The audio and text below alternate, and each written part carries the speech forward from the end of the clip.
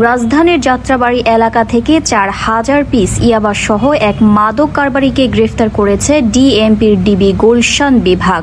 গ্রেফতারকৃতের নাম মোহাম্মদ জয়নাল আবেদিন।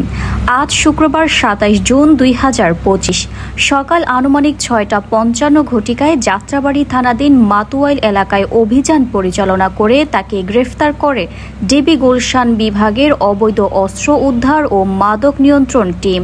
ডিবি গুলশান বিভাগ সূত্রে জানা যায়, ডিবি গুলশান বিভাগের অবৈধ অস্ত্র উদ্ধার ও মাদক নিয়ন্ত্রণ টিম গোপন সংবাদের মাধ্যমে জানতে পারে যাত্রাবাড়ী থানাধীন Matuail quality timber and sawmill এর সামনে ঢাকা চট্টগ্রাম মহাসড়কের ঢাকাগামী পাকা রাস্তার ওপর এক ব্যক্তি বিপুল পরিমাণ ইয়াবা সহ অবস্থান করছে। এমন সংবাদে সেখানে অভিযান পরিচালনা করে জয়নাল আবেদিনকে গ্রেফতার করা হয়। এ সময় তার হেফাজত হতে ৪,০০০ পিস ইয়াবা উদ্ধার করা হয়। ডিবি সূত্রে আরও জানা যায়, গ্রেফতারকৃত জয়নাল আবেদিন একজন পেশাদার মাদক কারবারি। সে দীর্ঘদিন যাবৎ অবৈধ মাদকদ্রব্য ইয়াবা সংগ্রহ করে রাজধানীর যাত্রাবাড়ী সহ ঢাকা মহানগরের বিভিন্ন এলাকায় বিক্রি করত। গ্রেফতারকৃতের বিরুদ্ধে আইনানুগ ব্যবস্থা গ্রহণ প্রক্রিয়াধীন।